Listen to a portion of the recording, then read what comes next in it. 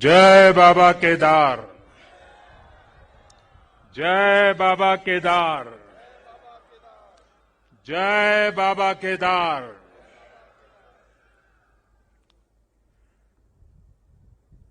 दैवीय आभा से सुसज्जित इस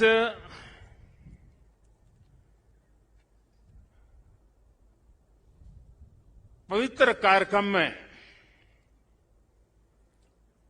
हमारे साथ मंच पर उपस्थित सभी वरिष्ठ महानुभाव, इस पावन पवित्र भूमि पर पहुंचे हुए सभी श्रद्धालुगण, आप सबको आदरपूर्वक मेरा नमस्कार।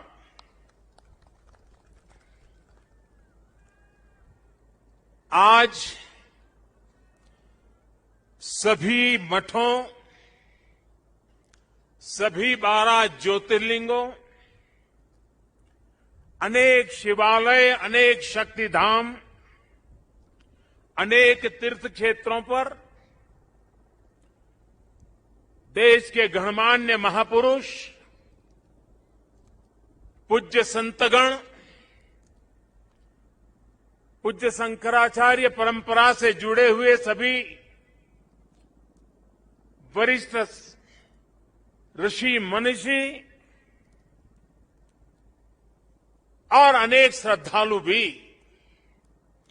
देश के हर कोने में आज केदारनाथ की इस पवित्र भूमि के साथ, इस पवित्र माहौल के साथ सशरीर नहीं लेकिन आत्मिक रूप से वर्चुअल माध्यम से, टेक्नोलॉजी की मदद से वो वहां से हमें आशीर्वाद दे रहे हैं। आप सभी आदि शंकराचार्य जी की समाधि की पुनः स्थापना के साक्षी बन रहे हैं। ये भारत की आध्यात्मिक समृद्धि और व्यापकता का बहुत अलौकिक दृश्य है। हमारा देश तो इतना विशाल है, इतनी महान ऋषि परंपरा है, एक से बढ़कर एक तपस्वी आज भी भारत के हर कोने में आध्यात्मिक चेतना को जगाते रहते हैं। ऐसे अनेक संतगण आज देश के हर कोने में और यहां भी हमारे साथ जुड़े हुए हैं। लेकिन संबोधन में अगर मैं सिर्फ उनका नामोल्लेख करना चाहूं तो भी शायद एक सप्ताह कम पड़ जाएगा, और अगर एकाध नाम छूट गया तो शायद मैं जीवन भर किसी पाप के बोझ में दब जाऊंगा। मेरी इच्छा होते हुए भी मैं इस समय सभी का नामोल्लेख नहीं कर पा रहा हूं, लेकिन मैं उन सबको आदरपूर्वक प्रणाम करता हूं। वे जहां से इस कार्यक्रम में जुड़े हैं, उनके आशीर्वाद हमारी बहुत बड़ी शक्ति है। अनेक पवित्र कार्य करने के लिए उनके आशीर्वाद हमें एक शक्ति देंगे, ये मेरा पूरा भरोसा है।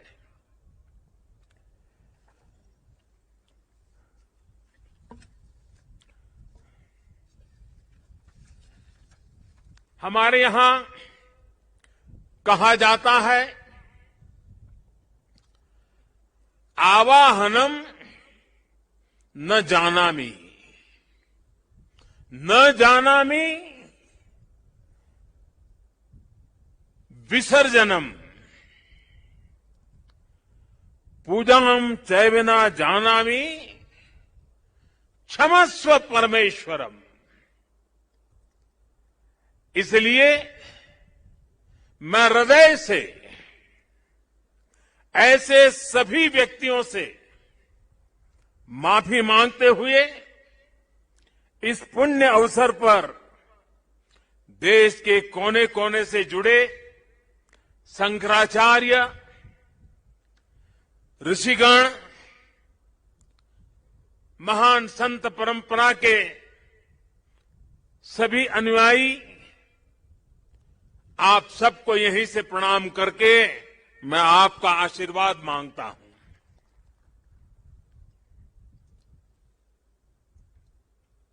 साथियों, हमारी उपनिषदों में आदि शंकराचार्य जी की रचनाओं में कई जगह नेति नेति, जब भी देखो नेति नेति, एक ऐसा भाव विश्व, नेति नेति कहकर एक भाव विश्व का विस्तार दिया गया है। रामचरितमानस को भी अगर हम देखें तो उसमें भी इस बात को दोहराया गया है, अलग तरीके से कहा गया है। रामचरितमानस में कहा गया है कि अभिगत अकथ अपार, अभिगत अकथ अपार, नेति नेति नित निगम कह, नेति नेति नित निगम कह। अर्थात कुछ अनुभव इतने अलौकिक, इतने अनंत होते हैं कि उन्हें शब्दों से व्यक्त नहीं किया जा सकता। बाबा केदारनाथ की शरण में आकर जब भी आता हूं, यहां के कण कण से जुड़ जाता हूं। यहां की हवाएं, ये हिमालय की चोटियां, ये बाबा केदार का सानिध्य न जाने कैसी अनुभूति की तरफ खींच के ले चला जाता है, जिसके लिए मेरे पास शब्द है ही नहीं। दीपावली के पवित्र पर्व पर कल मैं सीमा पर अपने सैनिकों के साथ था और आज तो ये सैनिकों की भूमि पर हूं। मैंने त्योहारों की खुशियां मेरे देश के जवान वीर सैनिकों के साथ बांटी। देशवासियों का प्रेम का संदेश, देशवासियों की उनके प्रति श्रद्धा, देशवासियों के उनके आशीर्वाद, 130 करोड़ आशीर्वाद लेकर के मैं कल सेना के जवानों के बीच गया था। और आज मुझे गोवर्धन पूजा के दिन, और गुजरात के लोगों के लिए तो आज नया वर्ष है,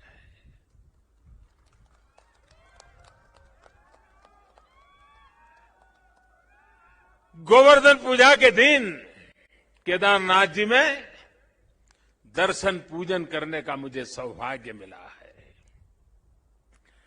बाबा केदार के दर्शन के साथ ही अभी मैंने आदि शंकराचार्य जी की समाधि स्थान, वहां कुछ पल मैंने बिताए। एक दिव्य अनुभूति का वो पल था।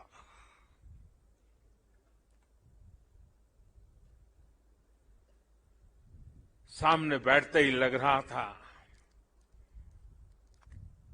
कि आदि शंकर की आंखों से वो तेज पुंज, वो प्रकाश पुंज प्रवाहित हो रहा है जो भव्य भारत का विश्वास जगा रहा है। शंकराचार्य जी की समाधि एक बार फिर और अधिक दिव्य स्वरूप के साथ हम सबके बीच है। इसके साथ ही सरस्वती तट पर घाट का निर्माण भी हो चुका है और मंदाकिनी पर बने पुल से गरुड़ चट्टी उस मार्ग को भी सुगम कर दिया गया है। और गरुड़ चट्टी का तो मेरा विशेष नाता भी रहा है। यहां एक दो लोग हैं पुराने जो पहचान जाते हैं। मैंने आपके दर्शन किए, मुझे अच्छा लगा। साधु तो चलता भला, यानी पुराने लोग तो चले गए हैं। कुछ लोग इस स्थान को छोड़ के चले गए, कुछ लोग इस धरा को छोड़ करके चले गए। अब मंदाकिनी के किनारे बाढ़ से सुरक्षा के लिए जिस दीवार का निर्माण किया गया है, इससे श्रद्धालुओं की यात्रा अब और सुरक्षित होगी। तीर्थ पुरोहितों के लिए नए बने आवासों से उन्हें हर मौसम में सुविधा होगी। भगवान केदारनाथ की सेवा उनके लिए अब कुछ सरल होगी, कुछ आसान होगी। और मैंने तो पहले देखा है, कभी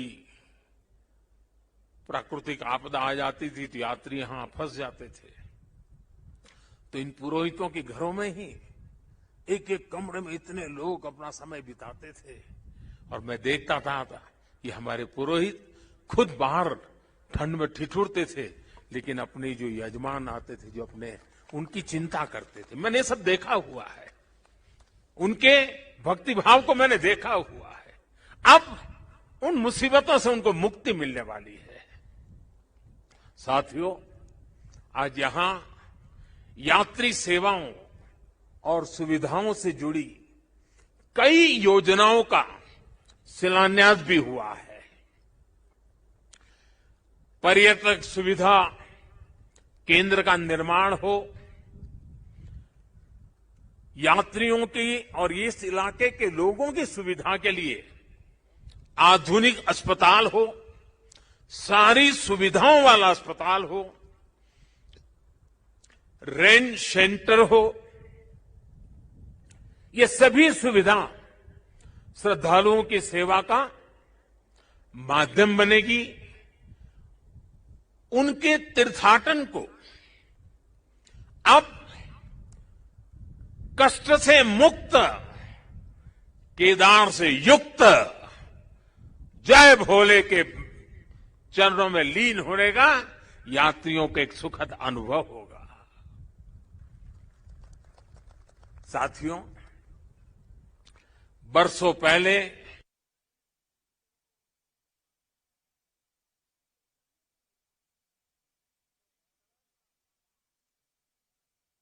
नुकसान यहां हुआ था, वो अकल्पनीय था।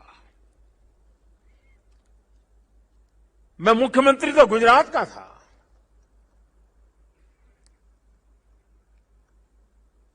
लेकिन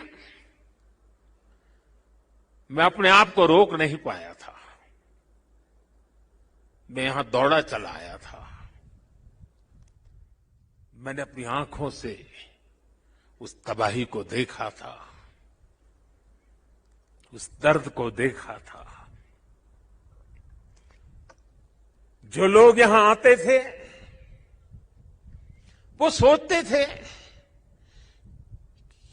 कि क्या अब ये हमारा केदार धाम या हमारा केदारपुरी फिर से उठ खड़ा होगा क्या? लेकिन मेरे भीतर की आवाज कह रही थी, ये पहले से अधिक आन बान शान के साथ खड़ा होगा।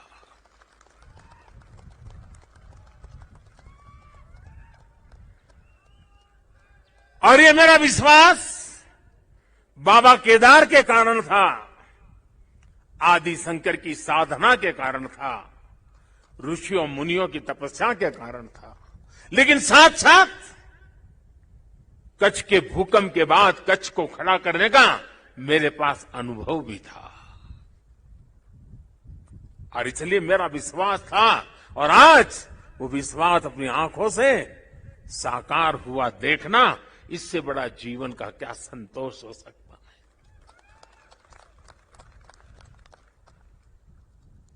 मैं इसे अपना सौभाग्य मानता हूं कि बाबा केदार ने, संतों के आशीर्वाद ने, इस पवित्र धरती ने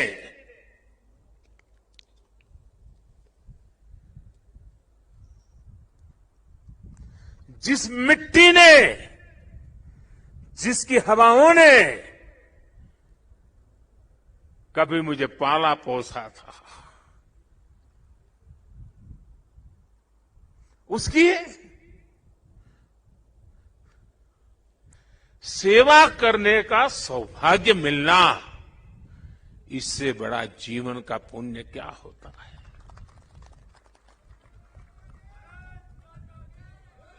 इस आदि भूमि पर शाश्वत के साथ आधुनिकता का ये मेल, विकास के ये काम भगवान शंकर की सहज कृपा का ही परिणाम है।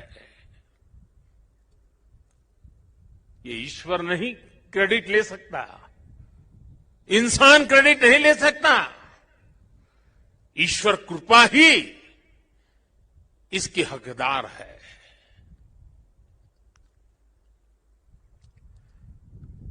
मैं इस पुनीत प्रयासों के लिए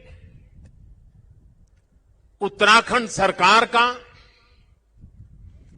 हमारे ऊर्जावान नौजवान मुख्यमंत्री धामी जी का, और इस कामों की जिम्मेदारी उठाने वाले सभी लोगों का भी आज हृदय से धन्यवाद करता हूं, जिन्होंने एड़ी चोटी का जोर लगा करके इस सपनों को पूरा किया है। मुझे पता है यहां बर्फबारी के बीच भी किस तरह, यानी पूरा साल भर काम करना मुश्किल है, यहां बहुत कम समय मिलता है, लेकिन बर्फबारी के बीच भी मेरे हमारे श्रमिक भाई बहन जो पहाड़ों के नहीं थे, बाहर से आए थे, वे ये ईश्वरीय कार्य मान करके बर्फ वर्षा के बीच भी, माइनस टेम्परेचर के बीच भी काम छोड़ करके जाते नहीं थे, काम करते रहते थे, तब जाकर के ये काम हो पाया है। मेरा मन यहां लगा रहता था, तो मैं बीच बीच में ड्रोन की मदद से, टेक्नोलॉजी की मदद से, मेरे दफ्तर से यहां का पूरा मैं एक प्रकार से वर्चुअल यात्रा करता था। लगातार मैं उसकी बारीकियों को देखता था, काम कितना पहुंचा, महीने भर पहले कहां थे, इस महीने कहां पहुंचे, लगातार देखता था। मैं केदारनाथ मंदिर के सभी रावल और सभी पुजारियों का भी आज विशेष रूप से आभार प्रकट करना चाहता हूं, क्योंकि उनके सकारात्मक रवैये के कारण, उनके सकारात्मक प्रयासों के कारण, और उन्होंने परंपराओं का जो हमारा मार्गदर्शन करते रहे, उसके कारण हम इसको, इस पुरानी विरासत को भी बचा पाए और आधुनिकता भी ले पाए। और इसके लिए मैं इन पुजारियों का, रावल परिवारों का हृदय से आभार व्यक्त करता हूं। आदि शंकराचार्य जी के विषय में हमारे विद्वानों ने कहा है, शंकराचार्य जी के लिए हर विद्वान ने कहा है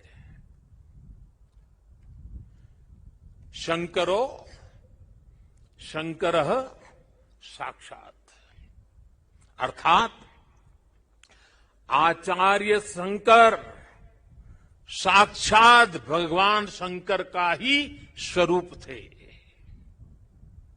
ये महिमा, ये देवत्व आप उनके जीवन के हर क्षण हम अनुभव कर सकते हैं। उसकी तरफ जरा नजर करें तो सारी स्मृतियां सामने आ जाती हैं। छोटी सी उम्र में, बालक उम्र में अद्भुत बोध, बाल उम्र से ही शास्त्रों का, ज्ञान का, विज्ञान का निरंतर चिंतन, और जिस उम्र में एक साधारण मानवी साधारण रूप से संसार की बातों को थोड़ा देखना समझना शुरू करता है, थोड़ी जागृति का प्रारंभ होता है, उस उम्र में वो वेदांत की गहराई को, उसके गुढ़ार्थ को सांगोपांग विवेचन, उसकी व्याख्या अविरत रूप से किया करते थे। ये शंकर के भीतर साक्षात, शंकर के भीतर साक्षात शंकरत्व का जागरण के सिवा कुछ नहीं हो सकता है। ये शंकरत्व का जागरण था। यहां संस्कृत और वेदों के बड़े बड़े पंडित यहां भी बैठे हैं और वर्चुअली भी हमारे साथ जुड़े हैं। आप जानते हैं कि शंकर का संस्कृत में अर्थ बड़ा सरल है। शंकर का अर्थ संस्कृत में होता है शम करोति स शंकर, यानी जो कल्याण करे वही शंकर है। इस कल्याण को भी आचार्य शंकर ने प्रत्यक्ष प्रमाणित कर दिया था। उनका पूरा जीवन जितना असाधारण था, उतना ही वो जनसाधारण के कल्याण के लिए समर्पित थे। भारत और विश्व के कल्याण के लिए अहर्निश अपनी चेतना को समर्पित करते रहते थे। जब भारत राग द्वेष के भंवर में फंस करके अपनी एकजुटता को खो रहा था, तब यानी कितना दूर का संत देखते हैं, तब शंकराचार्य जी ने कहा था न मे द्वेष रागो, न मे द्वेष रागो, न मे लोभ मोह, मदो नैव मैं नैव मात्सर्य भाव। अर्थात राग द्वेष, लोभ मोह, ईर्ष्या, अहम, ये सब हमारा स्वभाव नहीं है। जब भारत की जाति पंथ की सीमाओं से बाहर देखने की शंकाओं आशंकाओं को ऊपर उठने की मानव जात को जरूरत थी, तब समाज में चेतना फूकी और आदि शंकर ने कहा न मे मृत्यु शंका न मे जाति भेद, यानी नाश विनाश की शंकाएं, जात पात के भेद से हमारी परंपरा का कोई लेना देना नहीं है, हिस्सा नहीं है। हम क्या है, हमारा दर्शन और विचार क्या है, ये बताने के लिए आदि शंकर ने कहा, चिदानंद रूप शिवोहम शिवोहम, चिदानंद रूप शिवोहम शिवोहम। अर्थात आनंद स्वरूप शिव हम ही है। जीवत्व से ही शिवत्व है। और अद्वैत का सिद्धांत, कभी कभी अद्वैत के सिद्धांत को समझाने के लिए बड़े बड़े ग्रंथों की जरूरत पड़ती है। मैं तो इतना विद्वान नहीं हूं। मैं तो सरल भाषा में अपनी बात समझता हूं और मैं इतना ही कहता हूं, जहां द्वैत नहीं है वही तो अद्वैत है।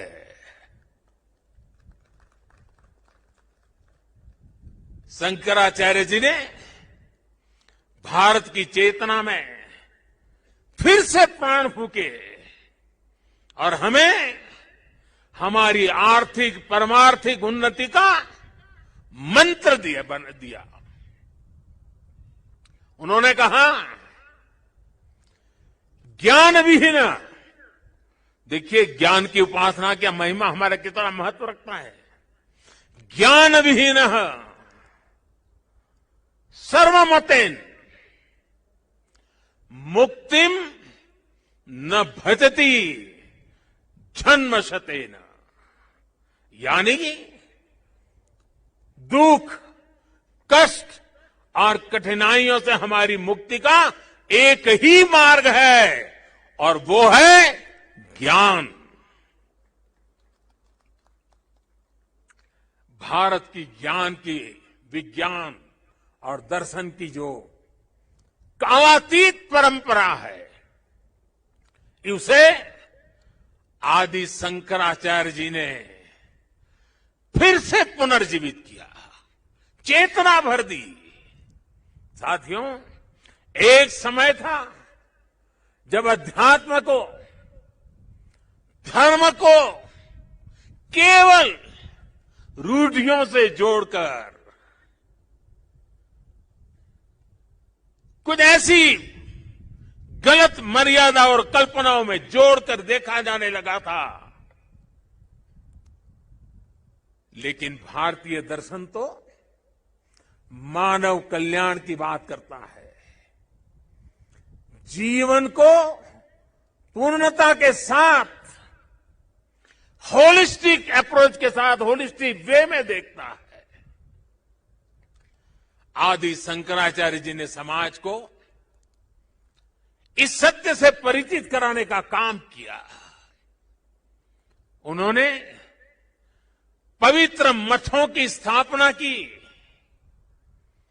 4 धामों की स्थापना की, 12 ज्योतिर्लिंगों का पुनर्जागृति का काम किया। उन्होंने सब कुछ त्याग कर देश, समाज और मानवता के लिए जीने वालों की एक सशक्त परंपरा खड़ी की। आज उनके अधिष्ठान भारत और भारतीयता का एक प्रकार से संबल, पहचान बने हुए हैं। हमारे लिए धर्म क्या है, धर्म और ज्ञान का संबंध क्या है, और इसीलिए तो कहा गया है, अथा तो ब्रह्म जिज्ञासा, अथा तो ब्रह्म जिज्ञासा। इसका मंत्र देने वाली उपनिषदीय परंपरा क्या है? तो हमें पल प्रतिपल प्रश्न करना सिखाती है। और तभी तो बालक नचिकेता यम के दरबार में जाकर के यम की आंख में आंख मिला करके पूछ देता है, यम को पूछ देता है, व्हाट इज डेथ? मृत्यु क्या है बताओ? प्रश्न पूछना, ज्ञान अर्जित करना, अथा तो धर्म जिज्ञासा। हमारी इस विरासत को हमारे मठ हजारों सालों से जीवित रखे हुए हैं, उसे समृद्ध कर रहे हैं। संस्कृत हो, संस्कृत भाषा में वैदिक गणित जैसे विज्ञान हो, इस मठों ने, हमारे शंकराचार्य की इस परंपरा ने इन सब का संरक्षण कर पीढ़ी दर पीढ़ी मार्ग दिखाने का काम किया है। मैं समझता हूं आज के इस दौर में आदि शंकराचार्य जी का सिद्धांत और ज्यादा प्रासंगिक हो गए हैं। साथियों, हमारे यहां सदियों से 4 धाम यात्रा का महत्व रहा है।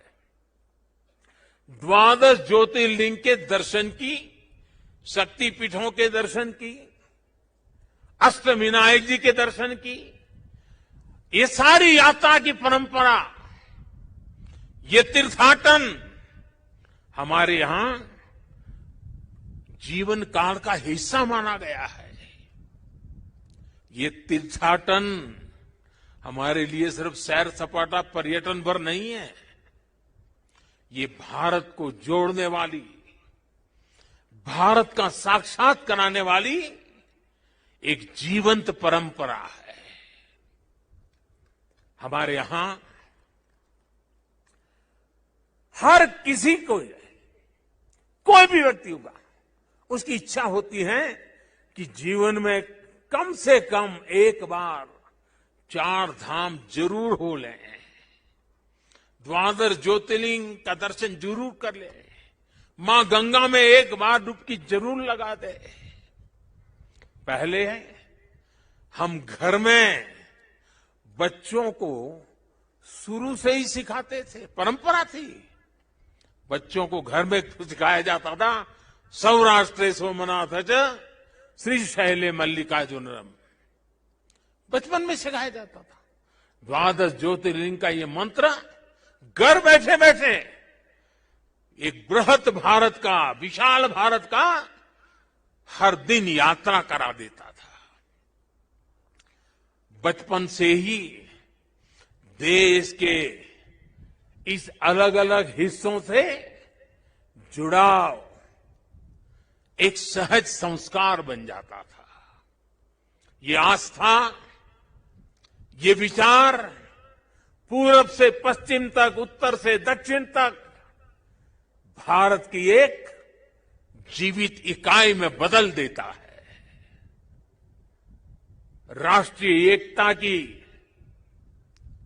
ताकत को बढ़ाने वाला एक भारत श्रेष्ठ भारत का भव्य दर्शन सहज जीवन व्यवस्था का हिस्सा था। बाबा केदारनाथ के दर्शन करके हर श्रद्धालु एक नई ऊर्जा लेकर जाता है। साथियों, आदि शंकराचार्य की विरासत को, इस चिंतन का आज देश अपने लिए एक प्रेरणा के रूप में देखता है। अब हमारी संस्कृति के, हमारी इस विरासत को, आस्था के केंद्रों को इसी गौरव भाव से देखा जा रहा है जैसा देखा जाना चाहिए था। आज अयोध्या में भगवान श्री राम का भव्य मंदिर पूरे गौरव के साथ बन रहा है। अयोध्या को उसका गौरव सदियों के बाद वापस मिल रहा है। अभी 2 दिन पहले अयोध्या में दीपोत्सव का भव्य आयोजन और पूरी दुनिया ने उसे देखा है। भारत का प्राचीन सांस्कृतिक स्वरूप कैसा रहा होगा, आज हम इसकी कल्पना कर सकते हैं। इसी तरह उत्तर प्रदेश में ही काशी का भी कायाकल्प हो रहा है। विश्वनाथ धाम का कार्य बहुत तेज गति से अब तो पूर्णता की तरफ आगे बढ़ रहा है। बनारस में सारनाथ, नजदीक में कुशीनगर, बोध गया, यहां सब जगह पे एक बुद्ध सर्किट के अंतर्राष्ट्रीय पर्यटन को आकर्षित करने के लिए, विश्व के बुद्ध के भक्तों को आकर्षित करने के लिए एक बहुत तेजी से काम चल रहा है। भगवान राम से जुड़े जितने भी तीर्थ स्थान हैं, उनको भी जोड़ करके एक पूरा सर्किट बनाने का काम भी आज चल रहा है। मथुरा वृंदावन में भी विकास के साथ साथ यहां की शुचिता, पवित्रता को लेकर संतों की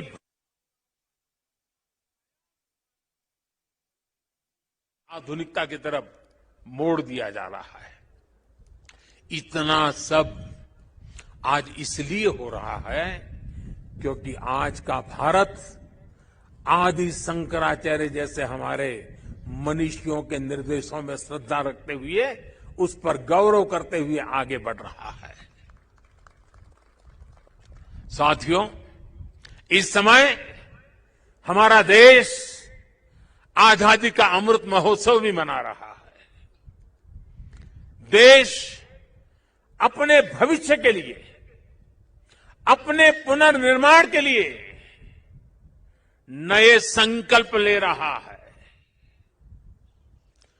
अमृत महोत्सव के इस संकल्पों में से आदि शंकराचार्य जी को हम एक प्रकार से अपनी बहुत बड़ी प्रेरणा के रूप में देख सकते हैं।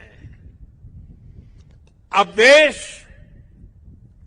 अपने लिए बड़े लक्ष्य तैयार करता है। कठिन समय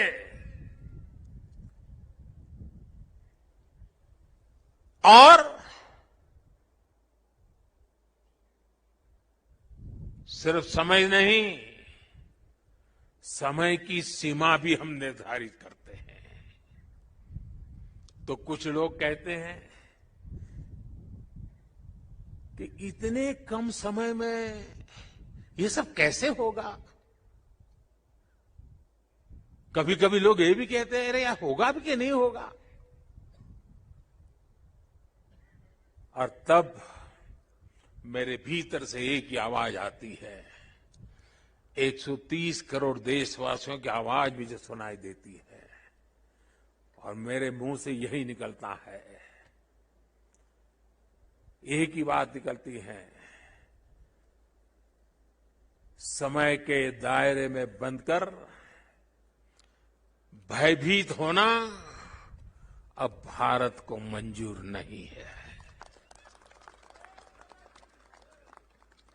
आप देखिए, आदि शंकराचार्य जी को छोटी सी आयु थी, घर बार परिवार छोड़ दिया, सन्यासी बन गए। कहां केरल का कालड़ी और कहां केदार, कहां से कहां चल पड़े, सन्यासी बने। बहुत ही कम आयु में इस पवित्र भूमि में उनका शरीर इस धरती से विलीन हो गया। अपने इतने कम समय में उन्होंने भारत के भूगोल को चैतन्य कर दिया, भारत के लिए नया भविष्य गढ़ दिया। उन्होंने जो ऊर्जा प्रज्वलित की, वो आज भी भारत गतिमान बनाए हुए है। आने वाले हजारों साल तक ये गतिमान बनाए रखेगी। इसी तरह स्वामी विवेकानंद जी को देखिए, स्वाधीनता संग्राम में अनेक सेनानियों को देखिए। ऐसी कितनी ही महान आत्माएं, महान विभूतियां इस धरती पर आकर यहां प्रकट हुई, जिन्होंने समय की सीमाओं का उल्लंघन कर छोटे से कालखंड में कई कई युगों को गढ़ दिया। ये भारत इन महान विभूतियों की प्रेरणाओं पर चलता है। हम शाश्वत को एक प्रकार से स्वीकार करते हुए हम क्रियाशीलता पर विश्वास करने वाले लोग हैं। इसी आत्मविश्वास को लेकर देश आज इस अमृत काल में आगे बढ़ रहा है। और ऐसे समय में मैं देशवासियों से एक और आग्रह करना चाहता हूं। स्वाधीनता संग्राम से जुड़े ऐतिहासिक स्थानों को देखने के साथ साथ ऐसे पवित्र स्थानों को भी ज्यादा से ज्यादा जाएं, नई पीढ़ी को लेकर के जाएं, परिचित कराएं, मां भारती का साक्षात्कार करें, हजारों साल की महान परंपरा की चेतना को अनुभूति करें। आजादी के अमृत काल में स्वतंत्रता आजादी का ये भी एक महोत्सव हो सकता है। हर हिंदुस्तानी के दिल में, हिंदुस्तान के हर कोने कोने में, हर कंकर कंकर में शंकर का भाव जग सकता है। और इसलिए निकल पड़ने का ये समय है। जिन्होंने गुलामी के सैकड़ों वर्षों के कालखंड में हमारी आस्था को बांध करके रखा, हमारी आस्था को कभी खरोच तक नहीं आने दी। गुलामी के कालखंड में ये छोटी सेवा नहीं थी। क्या आजादी के कालखंड में उस महान सेवा को उसको पूजना, उस पर तर्पण करना, वहां तप करना, साधना करना, क्या हिंदुस्तानी का नागरिक का कर्तव्य नहीं है? और इसलिए मैं कहता हूं, एक नागरिक के तौर पर हमें इन पवित्र स्थानों को भी दर्शन करने के लिए जाना चाहिए। उन स्थानों की महिमा को जानना चाहिए। साथियों, देवभूमि के प्रति असीम श्रद्धा रखते हुए, यहां की असीम संभावनाओं पर विश्वास करते हुए आज उत्तराखंड की सरकार यहां विकास के महायज्ञ से जुड़ी है, पूरी ताकत से जुड़ी है। 4 धाम सड़क परियोजना पर तेजी से काम हो रहा है। चारों धाम हाईवे से जुड़ रहे हैं। भविष्य में यहां केदारनाथ जी तक श्रद्धालु केवल कार के जरिए आ सके, इससे जुड़ी प्रक्रिया भी शुरू हो गई है। यहां पास में हो पवित्र हेमकुंड साहब जी हैं। हेमकुंड साहब जी के दर्शन आसान हो, इसके लिए वहां भी रोपवे बनाने की दिशा में तैयारियां चल रही हैं। इसके अलावा ऋषिकेश और कर्णप्रयाग को रेल से भी जोड़ने का प्रयास हो रहा है।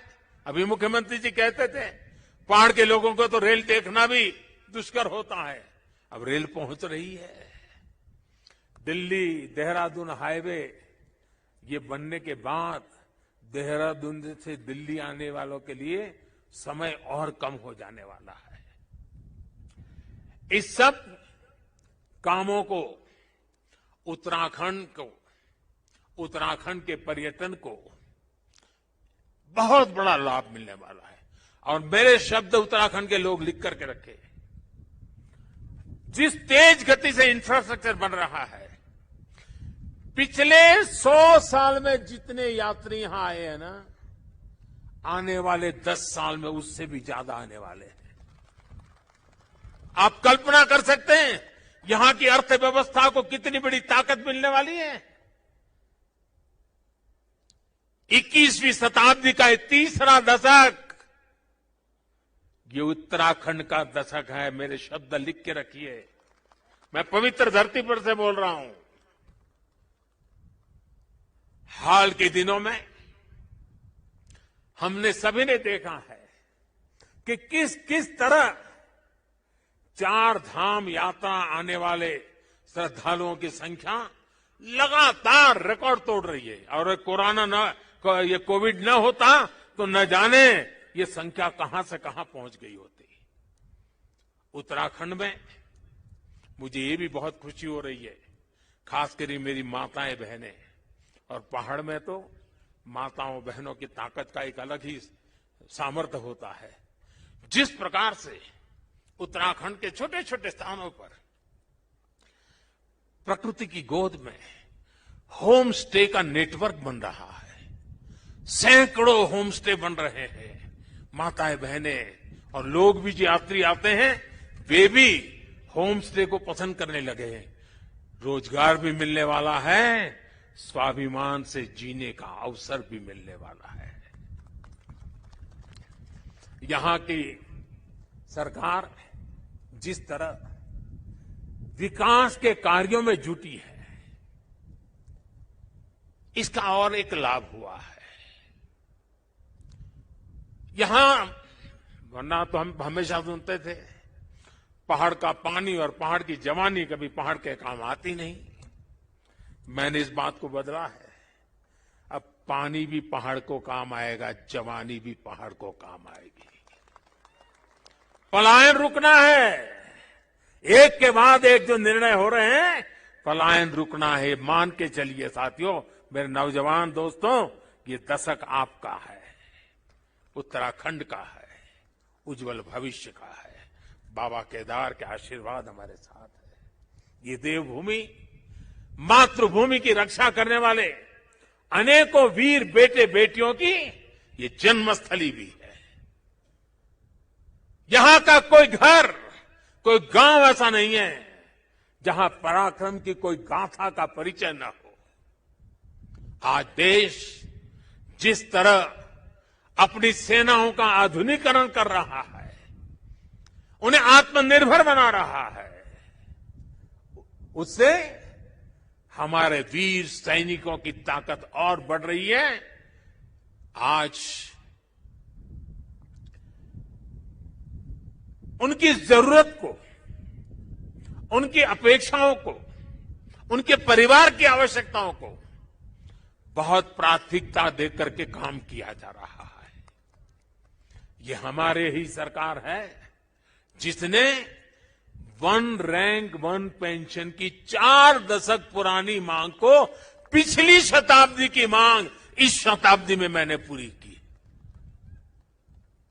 मुझे संतोष है, मेरे देश की सेना के जवानों के लिए मुझे सेवा करने का मौका मिला। इसका लाभ तो उत्तराखंड के करीब करीब हजारों परिवारों को मिला है, निवृत्त सैनिक परिवारों को मिला हुआ है। साथियों, उत्तराखंड ने कोरोना के खिलाफ लड़ाई में जिस तरह का अनुशासन दिखाया, वो भी बहुत अभिनंदनीय है, सराहनीय है। भौगोलिक कठिनाइयों को पार कर आज उत्तराखंड के लोगों को 100% सिंगल डोज का लक्ष्य हासिल कर लिया है। ये उत्तराखंड को ताकत का दर्शन कराता है, उत्तराखंड के सामर्थ्य को दिखाता है।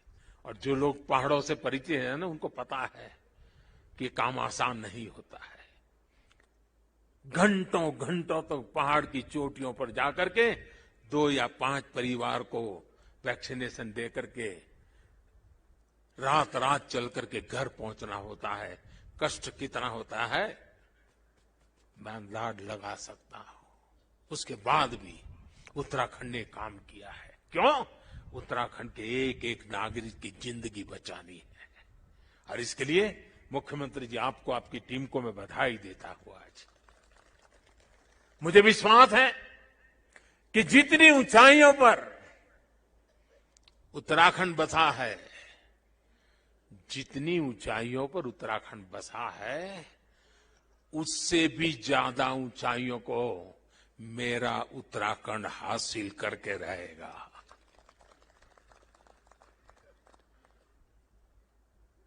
बाबा केदार की भूमि से, आप सबके आशीर्वाद से, देश के कोने कोने से संतों के, महंतों के, ऋषियों के, मुनियों के, आचार्यों के आशीर्वाद के साथ आज इस पवित्र धरती से अनेक संकल्पों के साथ हम आगे बढ़े। आजादी के अमृत महोत्सव में देश को नई ऊंचाई पर ले जाने का संकल्प हर कोई करे। दिवाली के बाद एक नया उमंग, नया प्रकाश, नई ऊर्जा हमें नया करने की ताकत दें। मैं एक बार फिर भगवान केदारनाथ के चरणों में, आदि शंकराचार्य जी के चरणों में प्रणाम करते हुए आप सभी को मैं एक बार फिर दिवाली के इस महापर्व से लेकर के छठ पूजा तक अनेक पर्व आ रहे हैं, अनेक पर्वों के लिए अनेक अनेक शुभकामनाएं देता हूं। मेरे साथ प्यार से बोलिए, भक्ति से बोलिए, जी भर करके बोलिए, जय केदार, जय केदार, जय केदार। धन्यवाद।